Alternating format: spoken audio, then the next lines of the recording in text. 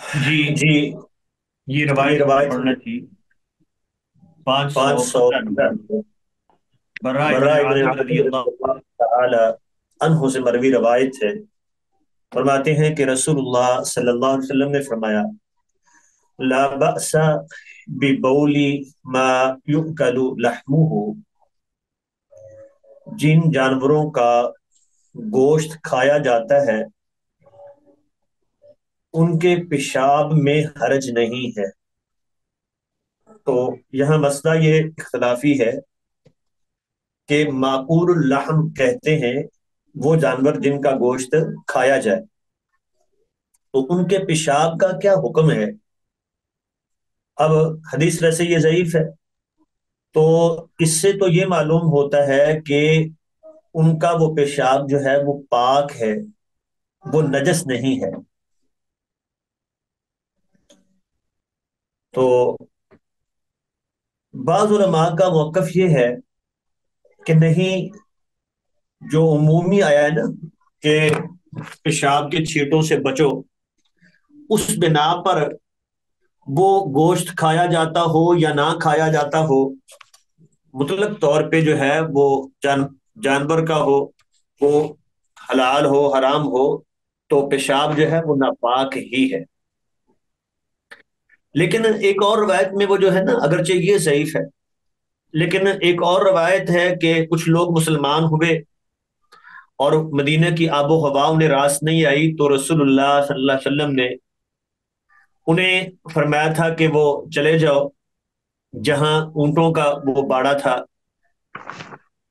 وہاں جا کے وہ دودھ میں پیشاب اونٹوں کا ملا کے جو ہے اس کو استعمال کرو۔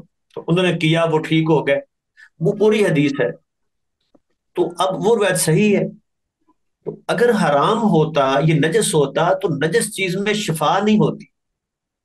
پیچھے ہم یہ حدیث بھی پڑھ چکے ہیں کہ رسول اللہ صلی اللہ علیہ وسلم سے پوچھا گیا جی شراب کو سرکہ بنا لیں؟ وہ دوائی کے لیے، ایک صحابی نے کہا جی دوائی کے لیے میں استعمال کرنا چاہتا ہوں شراب کو، تو فرمایا اس میں شفا نہیں ہے، علاج نہیں ہے، اس میں تو بیماری ہے۔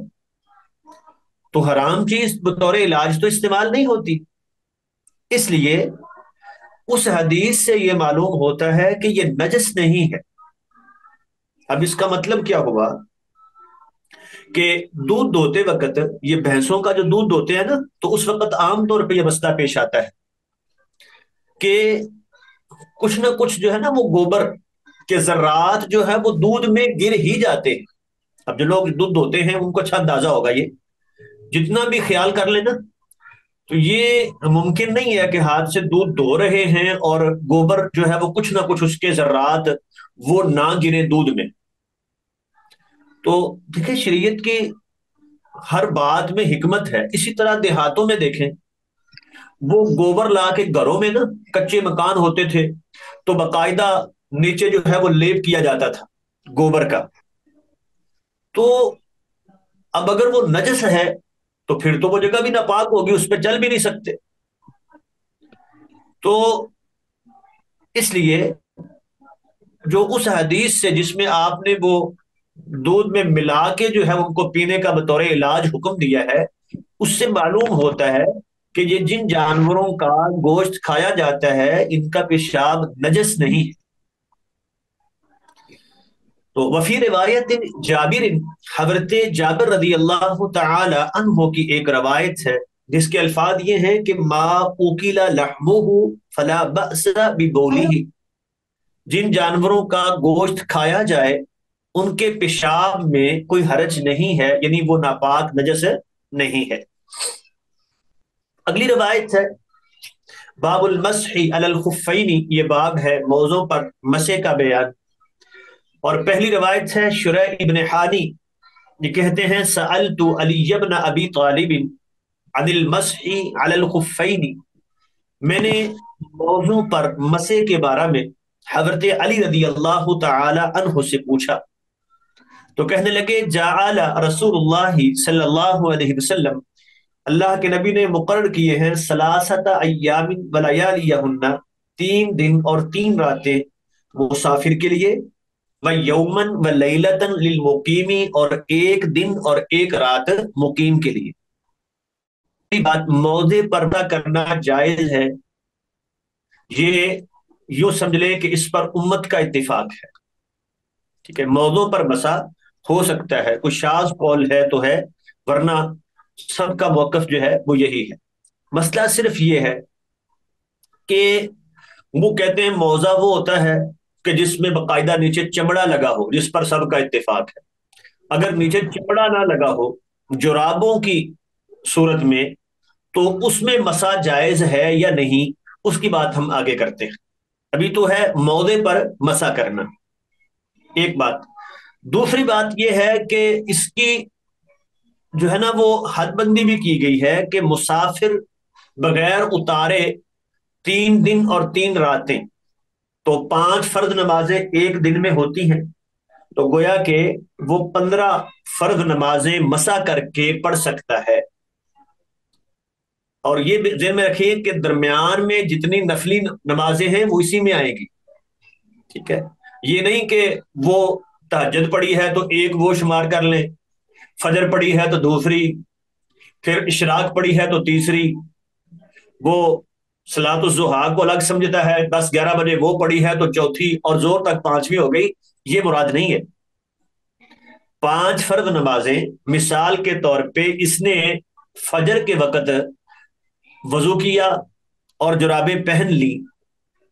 اب یہ تو چونکہ وضو کیا ہے، اس میں تو مسا کیا ہی نہیں ہے. ظہر کے ٹائم جا کے اس نے مسا کیا، تو یہ ظہر پہلی نماز ہوگی. اب یہ ظہر، عصر، مغرب، عشاء اور اگلے دن کی فجر، یہ 5 نمازیں پوری ہوگی. تو اگلے دن کی فجر بھی یہ مسا کر کے پہن سکتا ہے، پڑھ سکتا ہے. اب پھر اس کے بعد جو ہے وہ دوبارہ ظہر کے لیے اتار کے تو دوبارہ وہ وضو کر لے، پھر دوبارہ پہن لے، تو آگے پھر اس طرح 5 نمازیں. تو یہ ہے 5 نمازیں مقیم کے لیے. اور اگر مسافر ہے تو وہ اسی طرح 3 دن، ٹھیک ہے، وہ یہ مسا کر کے نمازیں پڑھ سکتا ہے. اگلی روایت ہے مغیرہ بن شعبہ رضی اللہ تعالی عنہ سے مروی روایت ہے، انہ غزا مع رسول اللہ صلی اللہ علیہ وسلم، کہ انہوں نے اللہ کے نبی کے ساتھ ایک غزوے میں شرکت کی. غزوہ تبوک تھا یہ. فحملت معه اداوة قبل الفجر، تو میں آپ کے ساتھ برتن اٹھا کے لے کے گیا فجر سے پہلے. آپ قضاء حاجت کے لیے گئے تو پانی کا لوٹا جو ہے اٹھا کے حضرت مغیرہ ساتھ چلے گیا خدمت کے لیے. قبل الغائط، قضاء حاجت کے لیے وہ باہر. تو کہتے ہیں فلما فتبرأ رسول اللہ صلی اللہ علیہ وسلم، حضرت مغیرہ کہتے ہیں کہ اللہ کے نبی وہ الگ ہوئے لوگوں سے، وہاں جو خیمہ تھے جہاں لوگ رکے ہوئے تھے وہاں سے الگ دور چلے گئے قضاء حاجت کے لیے.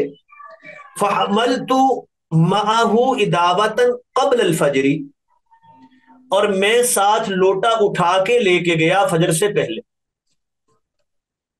فلما راجع، جب آپ واپس آئے، یعنی قضاء حاجت سے آپ فارغ ہوئے، واپس آ کے وضو کرنے لگے، تو یہ ان کو وضو کروانے لگے. تو اس سے یہ معلوم ہوا کہ وضو کرنے میں کسی کی خدمت لینا، کہ کوئی پانی ڈالے آپ وضو کریں، یہ جائز ہے. اور ایسے بڑوں بزرگوں کا یہ احترام کرنا چاہیے، ان کی یہ خدمت کرنی چاہیے، جیسے یہاں حضرت مغیرہ بن شعبہ رضی اللہ تعالی عنہ نے رسول اللہ صلی اللہ علیہ وسلم کی یہ خدمت کی ہے. تو اخذت احریق علی یدیہ من العداوۃ، میں شروع ہوا، میں آپ کے ہاتھوں پر وہ برتن سے پانی ڈالنے لگا. فغسل یدیہ، آپ نے ہاتھ دھوئے، ووجہہ، چہرہ دھویا، وعلیہ جبۃ من صوف، اور آپ پر اون کا جبہ تھا. ذہب یحسر عن ذراعیہ، آپ بازوؤں کو اس سے نکالنا چاہ رہے تھے. کہ بازوں کو دھویا جا سکے. فضا کا کم الجبا، تو جبے کی آستینیں تنگ ہو گئی، یعنی وہ تنگ تھیں تو بازو نکلا نہیں باہر. فاخرج یدیہ من تحت الجبہ، تو آپ نے اپنے دونوں ہاتھ جبے کے نیچے سے نکال لی. وَأَلْقَى الْجُبَّةَ عَلَى مَنْكِبَيْهِ، اور جبہ جو ہے وہ اپنے کندھے پہ ڈال لیا. تو نیچے سے نکال کے غسل ذراعیہ، بازوں کو دھویا، کیونکہ بازوں پر مسا نہیں ہے کہ اوپر سے کر لیتے، دھونا تھا. تو وہ بازو نکل نہیں رہے تھے تو آپ نے نیچے سے ہاتھ نکال کے تو یوں دھو لیا ان کو. ثم مسح بناصیتہ وعلی الامامۃ، پھر آپ نے پیشانی کا مسح کیا اور پگڑی پر. اس سے کیا معلوم ہوا کہ پگڑی پر مسح کیا جا سکتا ہے. پیشانی سے شروع اس لیے کیا کہ یہ آنکھوں سے اوپر جہاں سے پیشانی شروع ہوتی ہے یہاں ہاتھ رکھتے ہیں دونوں، اور یہاں سے شروع کرتے ہیں تو پیچھے گردن تک لے گئے اور گردن سے دوبارہ پیشانی تک لے آئے. تو وہ اوپر جو پگڑی تھی امامہ، اس کے اوپر سے مسح کر لیا. تو یہ ہے پیشانی اور پگڑی کا مسح کیا.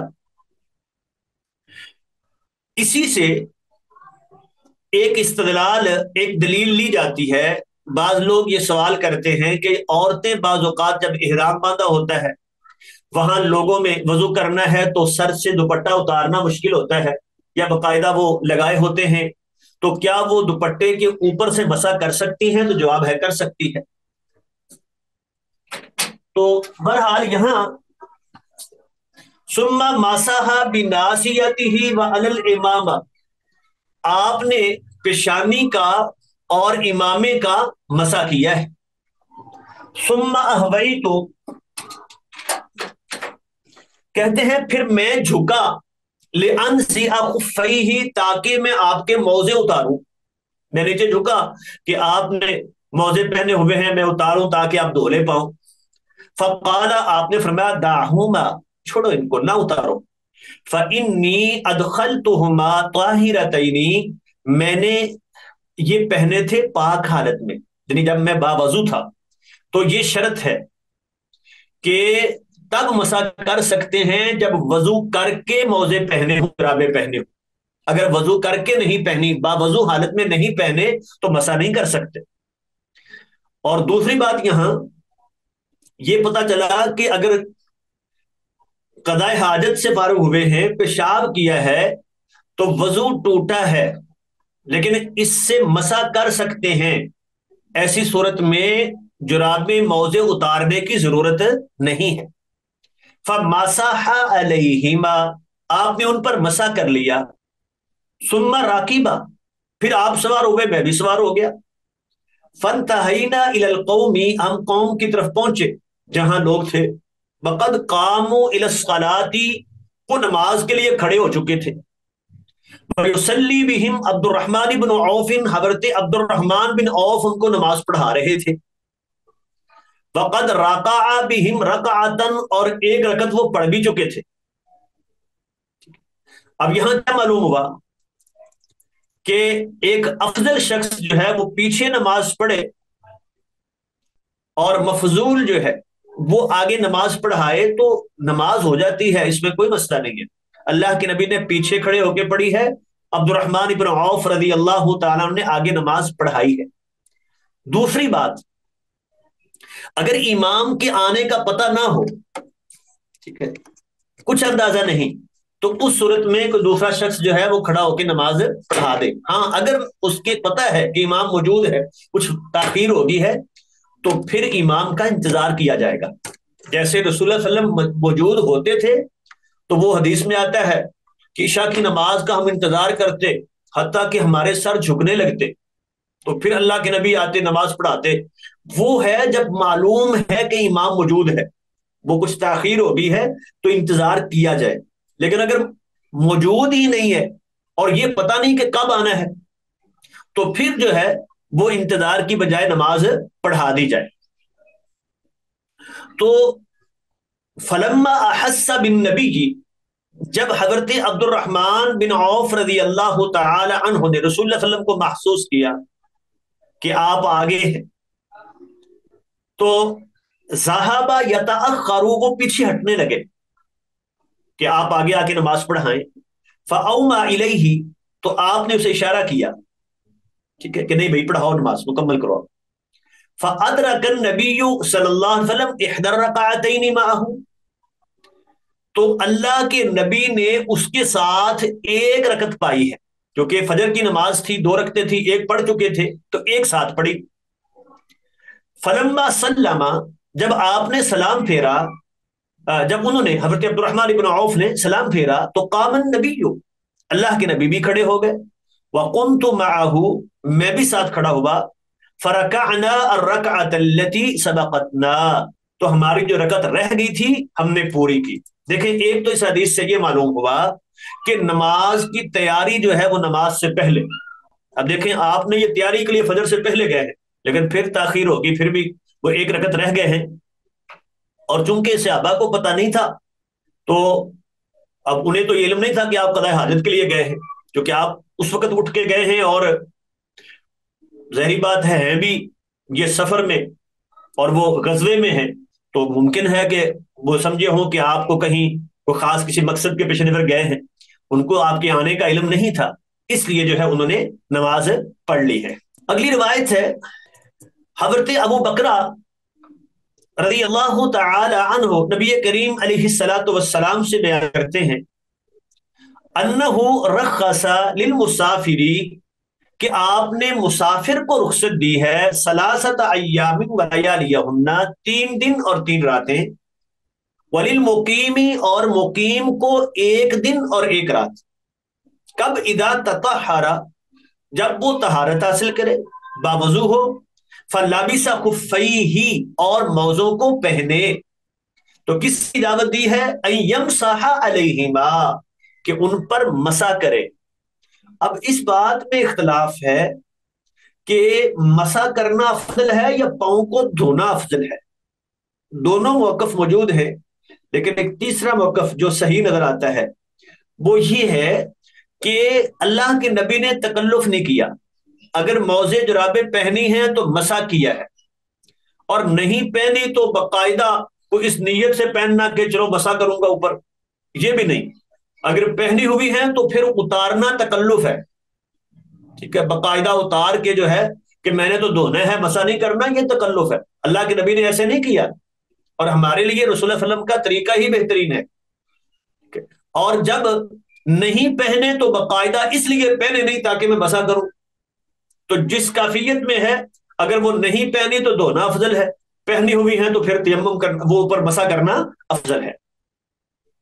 حضرت صفوان بن عسال رضی اللہ تعالی عنہ فرماتے ہیں کہ اللہ کے نبی یامرنا، ہمیں حکم دیتے تھے، اذا کننا سفرا، جب ہم سفر میں ہوں، اللہ ننزع خفافنا، کہ ہم نہ اتارے اپنے موزے، ثلاثۃ ایام ولیالیہن، 3 دن اور 3 راتیں، الا من جنابت، سوائے جنابت کے، ہاں اگر غسل فرض ہو گیا ہے تو پھر ظاہری بات ہے نہانے میں تو پاؤں کا مسح نہیں ہوگا نا، اس میں تو دھونا ہے، لہٰذا اگر غسل فرض ہے، نہانا ہے، تو پھر موزے اتارے جائیں گے، ولیکن من غائط وبول ونوم، لیکن قضاء حاجت، پیشاب، یعنی غائط ہو گیا نا بڑا پیشاب، وہ بول یا وہ پیشاب ہو، وہ نومن اور اسی طرح نیند ہو، تو ان سے اتارنے کی ضرورت نہیں ہے۔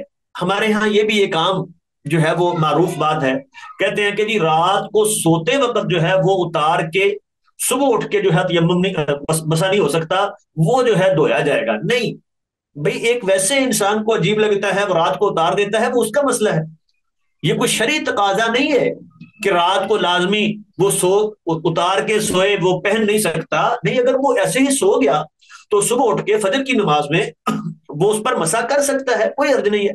تو نیند کی وجہ سے جو وضو ٹوٹتا ہے تو اس میں موزے اتارنے کی، جرابیں اتارنے کی ضرورت نہیں ہے۔ مغیرہ بن شعبہ رضی اللہ تعالی عنہ ہی اس حدیث کے راوی ہیں، کہتے ہیں وضعت النبی، میں نے اللہ کے نبی کو وضو کروایا، فی غزوۃ تبوک، غزوہ تبوک میں، یہ اوپر والی روایت ہی آگی نا، فمسح اعلی الخف، آپ نے موضع کے اوپر والے حصے و اسفلہ، اور نیچے والے حصے کا مسح کیا ہے، اوپر نیچے دونوں، لیکن روایت یہ ثابت نہیں ہے کسی بھی صحیح حدیث میں، اوپر نیچے دونوں کا مسح ثابت نہیں ہے، بلکہ مسح صرف اوپر کا ہے۔ بلکہ آگے ایک روایت حضرت علی رضی اللہ تعالی عنہ سے مروی آ رہی ہے، جو کہتے ہیں کہ اگر دین رائے کے مطابق ہوتا، عقل کے مطابق ہوتا، تو پھر تو نیچے والا بہتر تھا، کیونکہ عقل یہ کہتی ہے کہ نیچے والا حصہ زمین پہ لگتا ہے، مٹی وغیرہ اس کو لگتی ہے، تو نیچے مسح کیا جائے، لیکن شریعت نے ہمیں یہ سکھایا ہے کہ اوپر والے حصے پہ مسح کرے۔ اب مسح کا طریقہ کیا ہوتا ہے کہ اپنی پاؤں کی انگلیوں پر ہاتھوں کی انگلیوں کو رکھیں، اور اس کو جو ہے وہ ایسے، وہ آپس میں ملی ہوئی نہ ہو بلکہ کھلی انگلیاں، اور وہ پاؤں کی انگلیوں سے شروع کریں، اور اس کو جو ہے وہ مکمل پاؤں اوپر وہ ٹخنوں کے قریب تک جو ہے اس کو لے آئیں، تو یہ ہے مسح کا طریقہ۔ وعنہ، انہیں سے روایت ہے، یعنی حضرت مغیرہ بن شعبہ رضی اللہ تعالی عنہ سے ہی، اور یہ روایت صحیح ہے، اسی لیے یہ بات ٹھیک ہے، اوپر والی روایت حضرت مغیرہ بن شعبہ سے ثابت ہی نہیں ہے، ان کے جو کاتب تھے حضرت مغیرہ بن شعبہ کے، یہ ان تک اس کی سند پہنچتی ہے، اور اس میں درمیان میں ابھی جو ہے وہ ضعیف ہے، اس کا سما ثابت نہیں ہے، تو اس کی سند صحیح جو ہے ان کے کاتب تک بھی نہیں پہنچتی۔ وعنہ، انہی سے روایت ہے، انہ قال رأیت النبی، میں نے اللہ کے نبی کو دیکھا، یمسح علی الخفین علی ظاہرہما، آپ موضوع کے صرف اوپر والے حصے کا مسح کرتے تھے۔ اب یہ وضاحت ہو گئی کہ اوپر والے حصے کا مسح کرنا ہے، نیچے والے حصے کا مسح نہیں ہے۔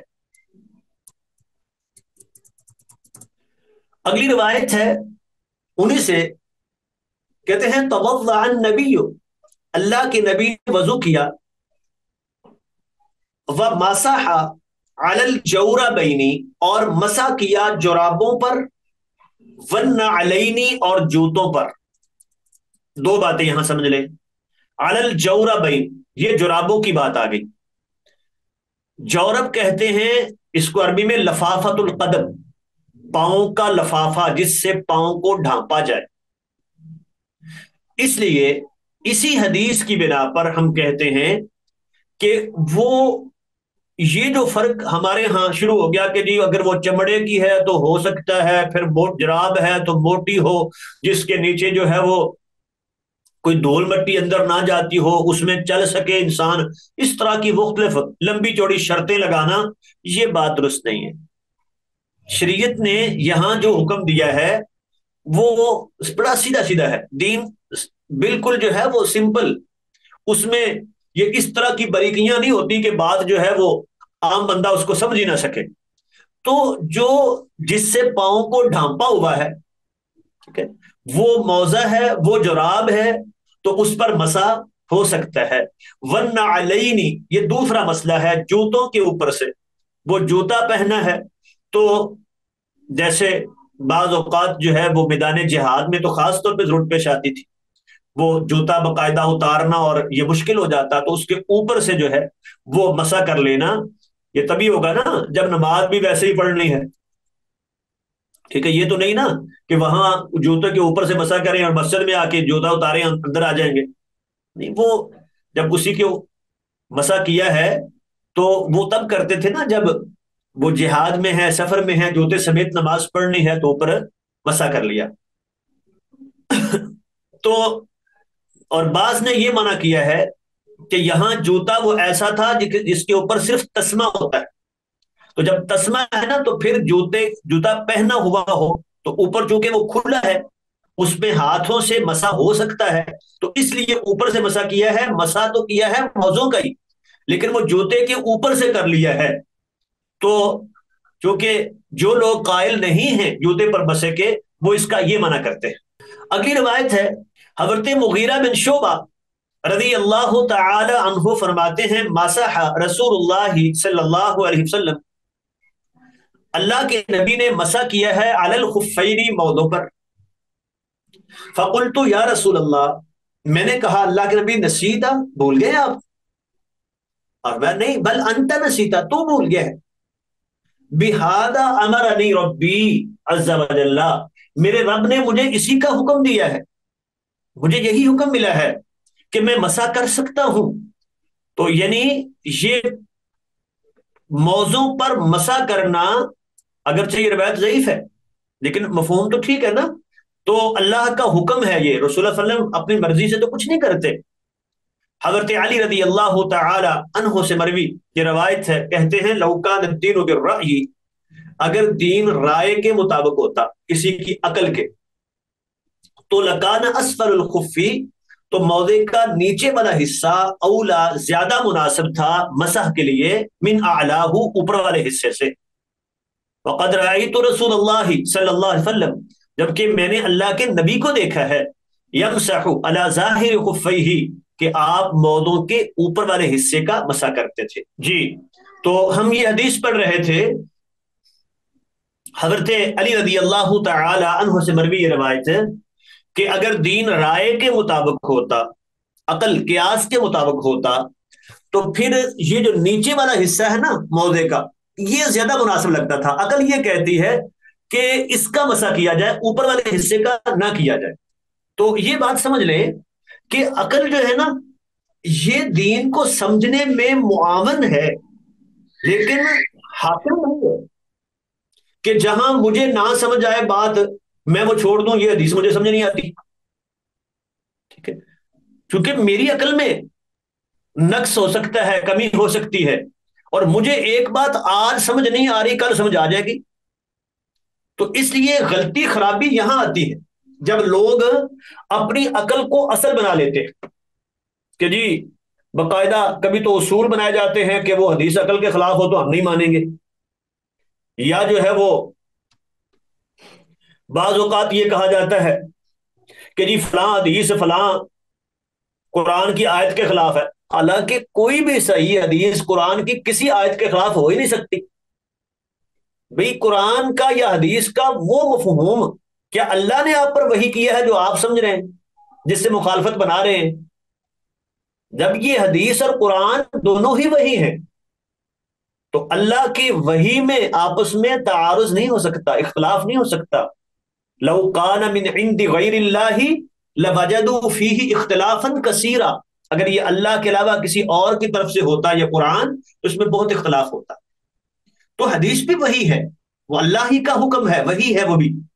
تو اس لیے قرآن مجید کی کوئی آیت حدیث کسی حدیث کے خلاف نہیں ہے، اور نہ ہی کوئی صحیح حدیث عقل کے خلاف ہے.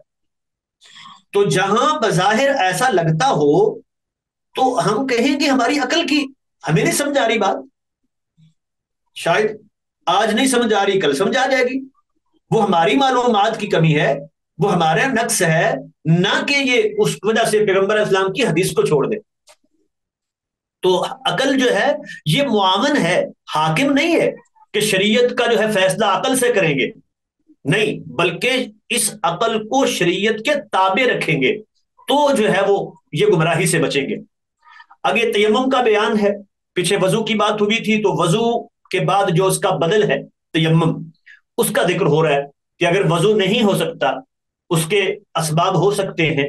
مثال کے طور پہ انسان جو ہے وہ پانی ملتا نہیں، یہ ایک سبب ہے، یا بیمار ہے، پانی کے استعمال کرنے سے اس کی جان جانے کا اندیشہ ہے، یا بیماری کے بڑھ جانے کا اندیشہ ہے، ٹھیک ہے، تو ایسی صورت میں یہ تیمم کر سکتا ہے.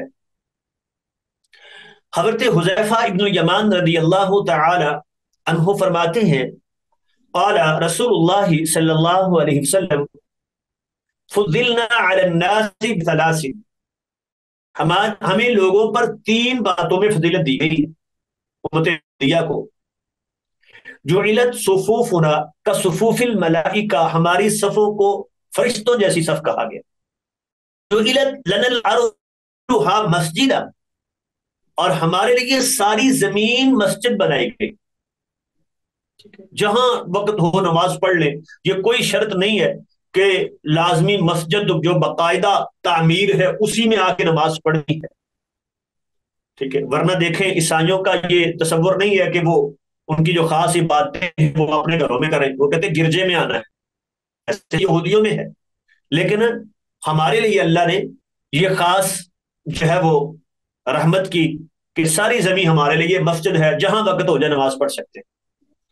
وَجُعِلَتْ تُرْبَتُهَا لَنَا طُهُورًا، اور زمین کی مٹی جو ہے وہ ہمارے لیے پاک قرار دی گئی، ہم اس سے طہارت حاصل کرتے ہیں اذا لم نجد الماء، جب ہم پانی نہ پائیں۔ تو ایک یہ عذر ہے پانی نہ ملنا، جب پانی نہ ملے، یا میں نے بتایا کہ انسان بیمار ہے اور پانی استعمال کرنے کی صورت میں یہ مزید بیماری کے بڑھ جانے کا یا ہلاکت کا خدشہ ہے، یا اسی طرح پانی موجود ہے لیکن یہ استعمال پر قادر نہیں ہے، استعمال کر نہیں سکتا۔ جیسے بعض اوقات انسان ہاسپٹل میں پڑا ہے، بیڈ پہ اس کو جو ہے وہ ٹانگیں اس کی ٹوٹی ہیں، انہوں نے باندھا ہوا ہے، حرکت یہ کر نہیں سکتا، اور ایسی صورت میں وہاں وہ پانی استعمال کر نہیں سکتا تو اپنے پاس مٹی رکھ لیتا ہے، جس سے تیمم کر کے وہ جیسے لیٹا ہے نماز پڑھتا رہتا ہے۔ تو جب یہ پانی استعمال کرنے پہ قادر نہ ہو، یا بیماری کے بڑھ جانے کا اندیشہ ہو، یا پانی میسر نہ ہو، تو یہ ان سب صورتوں میں وہ تیمم کر سکتا ہے۔ اگلی روایت ہے، حضرت عمران بن حسین رضی اللہ تعالی عنہ فرماتے ہیں، کننا فی سفر مع النبی، ہم اللہ کے نبی کے ساتھ ایک سفر میں تھے، فصلی بالناس، آپ نے لوگوں کو نماز پڑھائی، فلما انفتل من صلاته، جب آپ نماز سے پھرے، الگ وہ سلام پھیرا، تو اذن ہوا برجل، اچانک آپ نے ایک شخص کو دیکھا، معتدل، جو الگ بیٹھا تھا، لم یصلی مع القوم، اس نے قوم کے ساتھ، لوگوں کے ساتھ نماز نہیں پڑھی تھی۔ تو آپ نے اسے فرمایا، ما منعک یا فلان ان تصلی مع القوم، نام لے کے، یا فلان، اے فلان نام لے کے کہا، کس نے روکا تجھ کو بھائی کہ تو لوگوں کے ساتھ نماز پڑھے، ہمارے ساتھ نماز کیوں نہیں پڑھی؟ قال، اس نے کہا، اصابتنی جنابہ، اللہ کے مجھے جنابت پہنچی، میں جنبی ہو گیا، ولا ماء، پانی موجود نہیں ہے، تو اس لیے میں نے چونکہ نہانا تھا، غسل کرنا تھا، تو اس لیے میں نے ساتھ نماز نہیں پڑھی۔ فرمایا علیک بالصعید فإنہ یکفیک، تجھ پر لازم تھا مٹی، مٹی تجھ پہ لازم ہے، مٹی استعمال کرتا، تیمم کر لیتا، فإنہ یکفیک، وہی تجھے کافی ہو جاتی۔ تو کیا بات سمجھ آئی کہ جیسے وضو کی جگہ پر اس کے بدل میں تیمم کیا جا سکتا ہے، ایسے ہی غسل کی جگہ پر بھی تیمم کیا جا سکتا ہے، اور تیمم کا طریقہ ایک ہی رہے گا، وہ وضو کے لیے ہے یا غسل کے لیے ہے تو فرق نہیں ہے، طریقہ وہی ہے۔ آگے وہ طریقہ بھی بیان ہوتا ہے۔ حضرت عمار ابن یاسر رضی اللہ تعالی عنہ فرماتے ہیں، جاء رجل الی عمر بن الخطاب، ایک آدمی حضرت عمر بن خطاب رضی اللہ تعالی عنہ کے پاس آیا، اس نے کہا، جی انی اجنبت فلم اصب الماء، میں جنبی ہو گیا، پانی مجھے ملا نہیں۔ تو فقال عمار لعمر، حضرت عمار نے حضرت عمر سے کہا، اما تذکر، آپ کو یاد نہیں، انا کننا فی سفر، ہم خود سفر میں تھے، میں اور آپ، انا وانتا، میں اور آپ، ہم سفر میں تھے، تو دونوں کا مسئلہ یہ پیش آ گیا تھا۔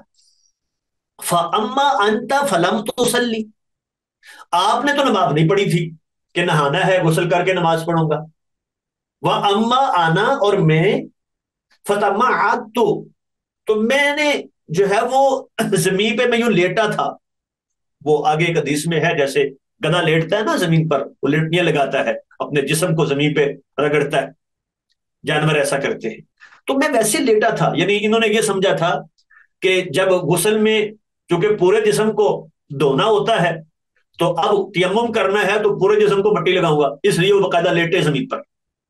تو کہتے ہیں فصل لئی، تو میں نے نماز پڑھ لی تھی، فذکرت ذلک للنبی، جب میں نے یہ بات رسول اللہ کو بتائی تو آپ نے فرمایا تھا انما کان یکفیک ھکذا، تجھے یہی کافی تھا، یہی کافی تھا کیا؟ یہ تیمم کا طریقہ ہے. فضرب النبی بکفیہ الارض، تو اللہ کے نبی نے دونوں ہاتھ زمین پر مارے، مٹی لگ گئی. ونفخ فیہما، پھر ان میں پھونک ماری تاکہ وہ مٹی اڑ جائے. تو سارے چہرے کو مٹی، باقاعدہ مٹی ملنا مقصود نہیں ہے، باقاعدہ کہ سارے چہرے پہ مٹی باقاعدہ نظر آئے کہ مسا کیا ہوا ہے، تیمم کیا ہوا ہے. وہ پھونک ماری ہے تاکہ وہ زیادہ مٹی اڑ جائے. اب کچھ اس کے ذرات ہی رہ جائیں گے نا، اثرات. ثم مسح بہما، پھر وہ پھیر لیا تھا وجہہ، چہرے پر، وکفیہ، اور ہتھیلیوں پر، اور مسا کر لیا تھا ان دونوں ہاتھوں کے ساتھ. وہ مسا کیا ہوگا؟ ہاتھ پھیریں گے نا تو تیمم ہو گیا. تو بس صرف چہرہ اور کف، ہتھیلیاں، بس اتنا ہی ہے. مسا یہی ہے کہ چہرے پہ ہاتھ پھیرنے ہیں، اور اسی طرح ہاتھ، وہ کلائی صرف جو ہے کف اسے کہتے ہیں، اتنے ہی ہیں، آگے بازوؤں تک بھی نہیں. رواہ البخاری، اس کو صحیح بخاری نے بیان کیا ہے، اور مسلم میں بھی اسی طرح ہے. جی بیٹا آواز ٹھیک نہیں آ رہی؟ ابھی کسی کا میسج آیا، یہ آواز کا ایشو ہے کوئی؟ پھر ٹھیک آ گئی آواز. ٹھیک ہے سر. ان کا اپنا مسئلہ ہوگا پھر کوئی. صحیح ٹھیک ہے ہے، آواز سر. بس وہ کسی بیٹی کا اپنا مسئلہ ہوگا نا. ٹھیک ہے، تو آپ نے فرمایا یہی کافی تھا، تو باقاعدہ وہ دکھا دیا کر کے یوں کرنا تھا. رواہ البخاری ولی مسلم نحوہ، مسلم میں بھی ایسے ہی ہے، اور اس میں یہ ہے کہ انما یکفیکا، تجھے یہ کافی تھا، ان تضرب بیدیک الارض، تو دونوں ہاتھ زمین پہ مارتا، ثم تنفخ، پھر اس میں پھونک مارتا، ثم تمسح بہما، پھر وہ مل لیتا، ٹھیک ہے، پھیر لیتا وہ ہاتھ چہرے پر، وکفی کا، اور ہتھیلیوں پر. تو دیکھیں ایک تو بار بار کف کا لفظ آ رہا ہے، ید کا لفظ نہیں آ رہا، کف، ہتھیلی، یہ کلائی تک اس کو بولتے. تو اتنے ہی بس، اور چہرہ تو دونوں پر. اور دوسرا یہ ایک ہی بار زمین پہ ہاتھ مارنا ہے، یہ 2 بار کی ضرورت نہیں ہے، ٹھیک ہے. 2 بار والی روایت ثابت نہیں ہے جس میں ہے کہ 2 بار ہاتھ مارنا ہے، ایک بار زمین پہ ہاتھ مارنا یہ کافی ہے.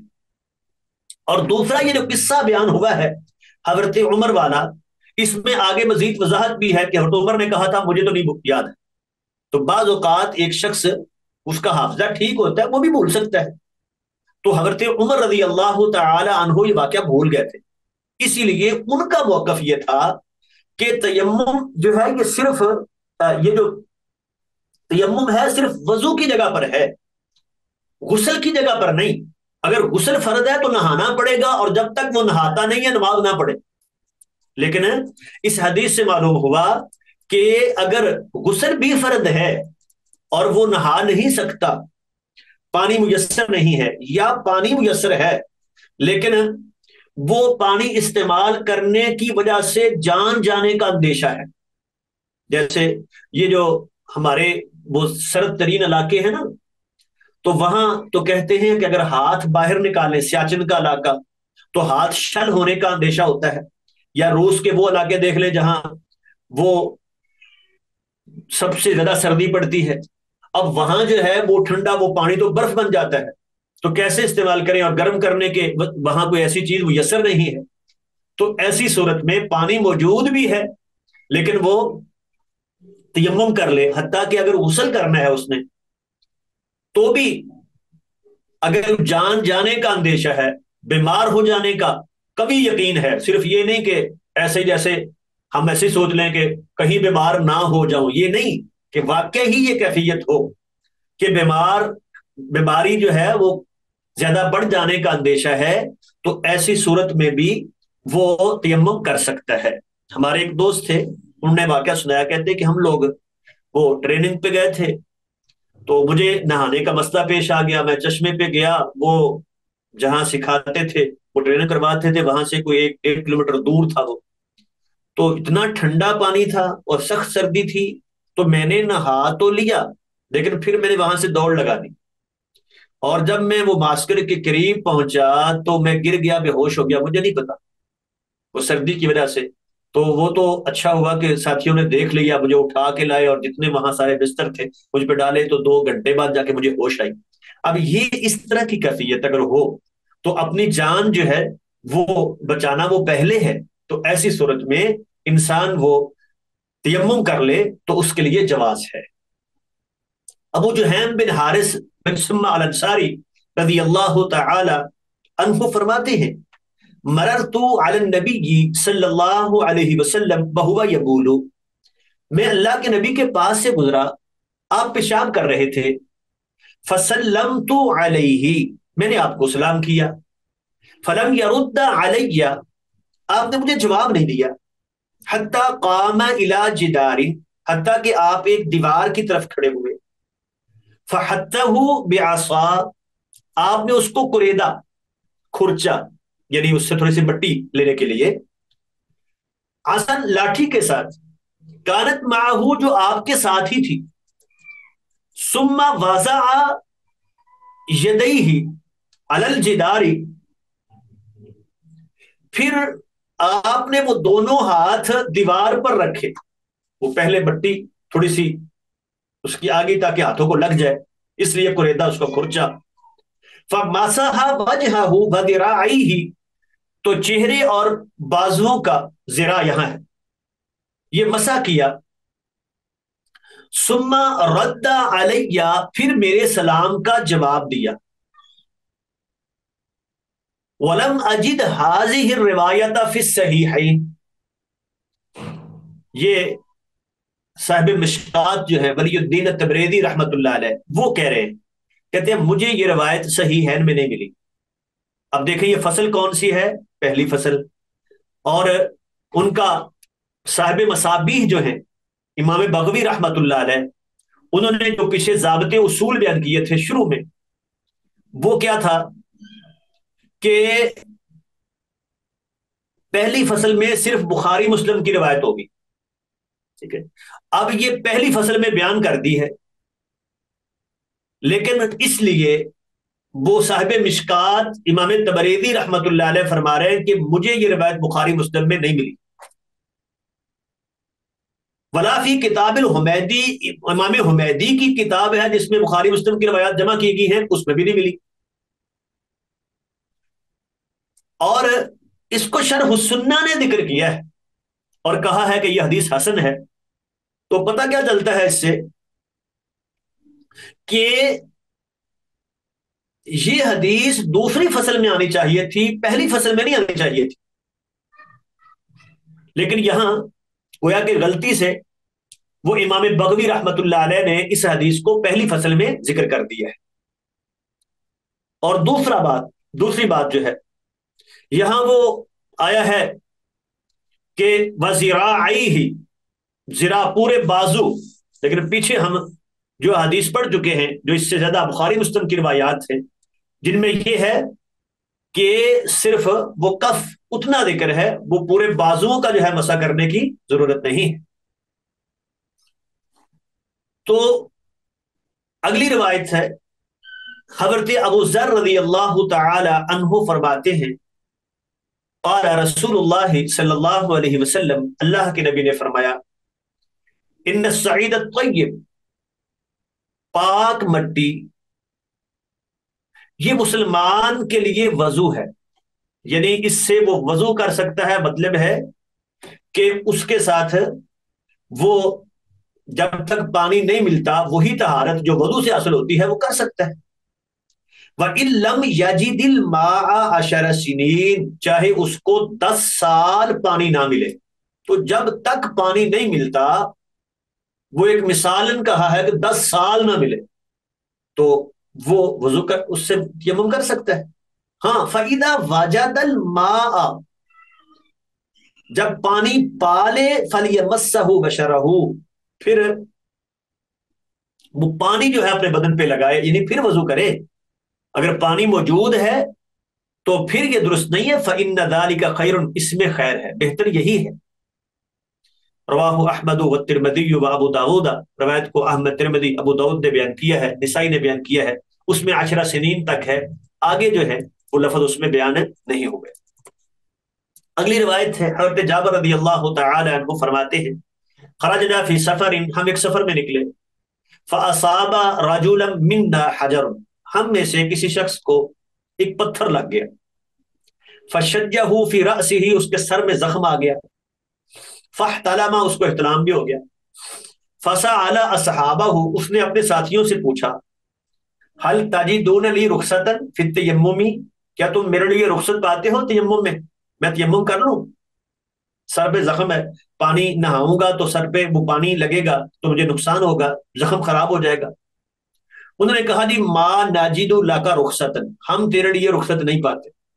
وہی سمجھا تھا کہ جب پانی موجود ہے تو تیمم نہیں ہو سکتا، پانی ہے تو نہانا پڑے گا۔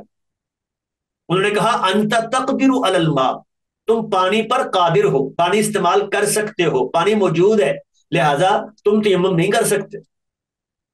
فاغتسل، اس نے غسل کیا اور مر گیا بیچارہ، سر پہ پانی پڑا تو زخم تھا، تو اس وجہ سے وہ فوت ہو گیا۔